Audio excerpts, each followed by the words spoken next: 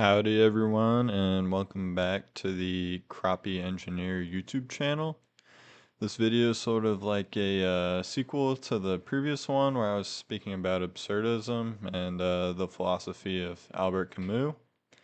But in this video, I'm going to credit a viewer named Conagle who commented on the last video to speak about Mr. Krabs as Midas. So today I'm going to speak about the Greek myth of Midas and the Midas touch, and I'm going to continue with the theme of Greek mythology as I get into this video. Alright, now just to give a little bit of background on the myth of King Midas for those who do not know about the story, although I know many of you probably do. It goes that King Midas was granted the golden touch by Dionysus by way of a wish. And King Midas was obviously very thrilled about this at first, and he was turning random objects into gold, and he was the richest man in the world.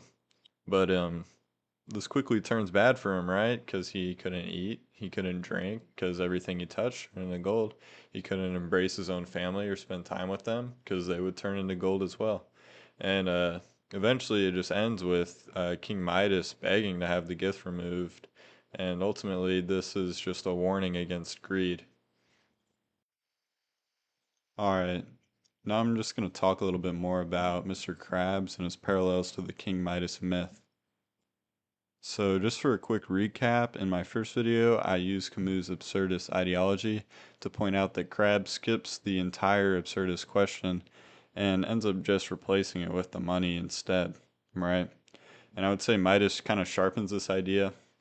It's not that he's just avoiding the question. This money actually costs him the thing that should matter the most to him and his family members. And Krabs has a striking parallel to this in his actual daughter Pearl, and how he canonically picks money over her multiple times throughout the course of the show, and it ends up driving a wedge between them at certain points.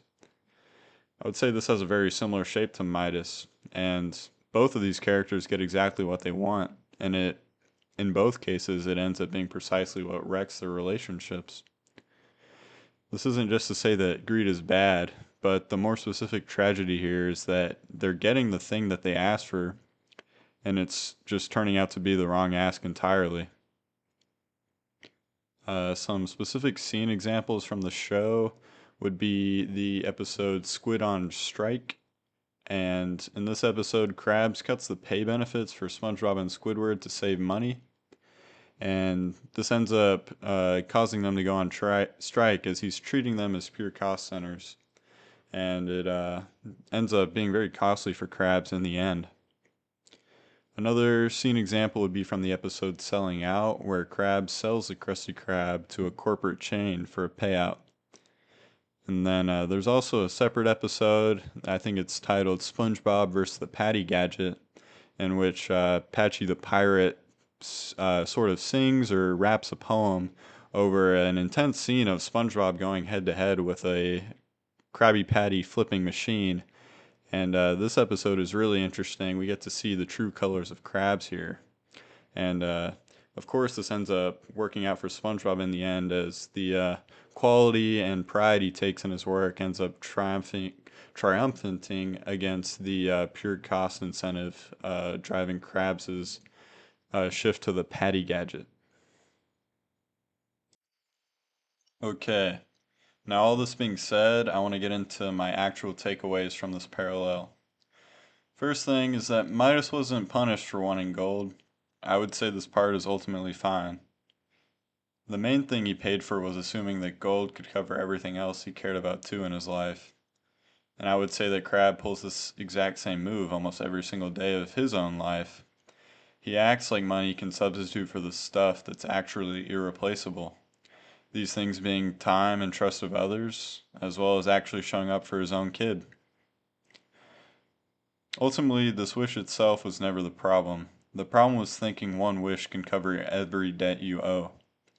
So if there's a lesson buried under a cartoon crab, it would be this. Some things were never for sale, and chasing gold hard enough will make you forget it.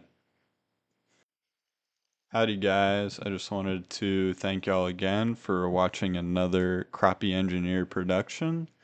And I also want you guys to let me know once again what you think about the video in the comments.